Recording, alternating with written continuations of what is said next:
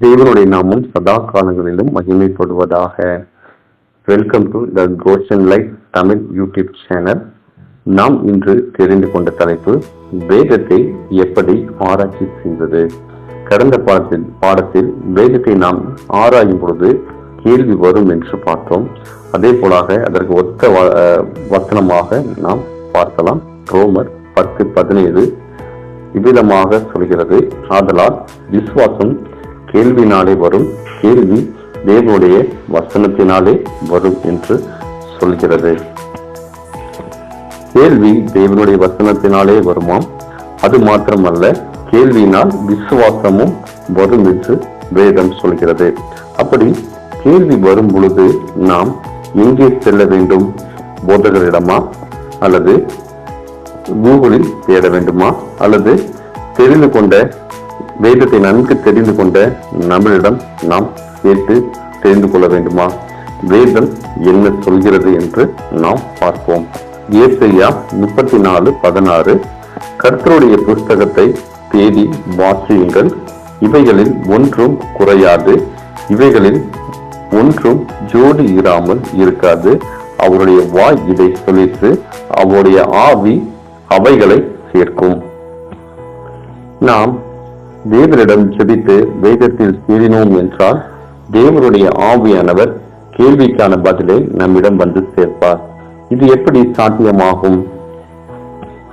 வேதத்திலிருந்து ஒரு உதாரணம் நாம் பார்க்கலாம். அப்போஸ்தலர் 8வது அதிகாரத்தில் கந்தேசா மந்திரி ஏசாயா ஆகமத்தை வாசிப்பார். மந்திரி வசனத்தை படித்திருந்தும் அதனுடைய அர்த்தம் தெரியாமல் இருப்பார். அந்த அர்த்தத்தை தெரிவிக்க ஆவியானவர் பிலிப்புவை பயன்படுத்தி அவரை சந்தித்து அந்த வேத வசனங்களை விளக்க சொல்லுவார்.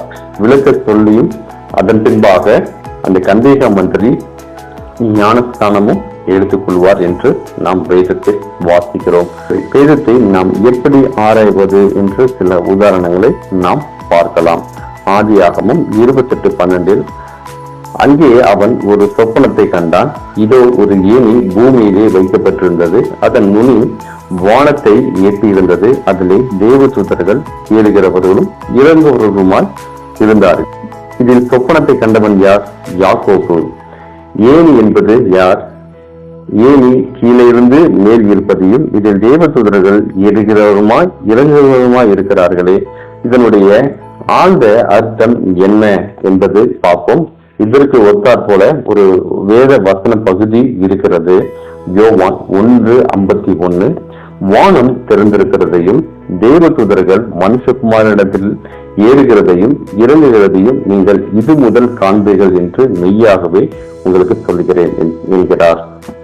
இதில் ஏனி யார்? கிறிஸ்து. தூதர்கள் என்பது யாரை குறிக்கும்? நம்மை குறிக்கும். இதனுடைய ஆழமான அர்த்தம் என்ன? யாரெல்லாம் பரலோகம் போக நான் தகுதியுடையவன் அல்ல என்று நினைக்கிறீர்களோ, நீங்களும் பரலோகம் செல்வதற்காக கிறிஸ்து என்னும் ஏணி இருக்கிறது.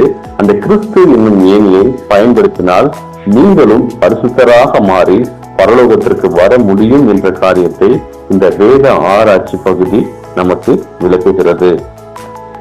இது போன்று வேதத்தில் அநேக பகுதிகள் இருக்கிறது.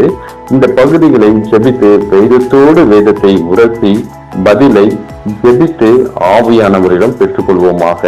தேவனுடைய நாமம் மகிமைப்படுவதாக. ஆமென்.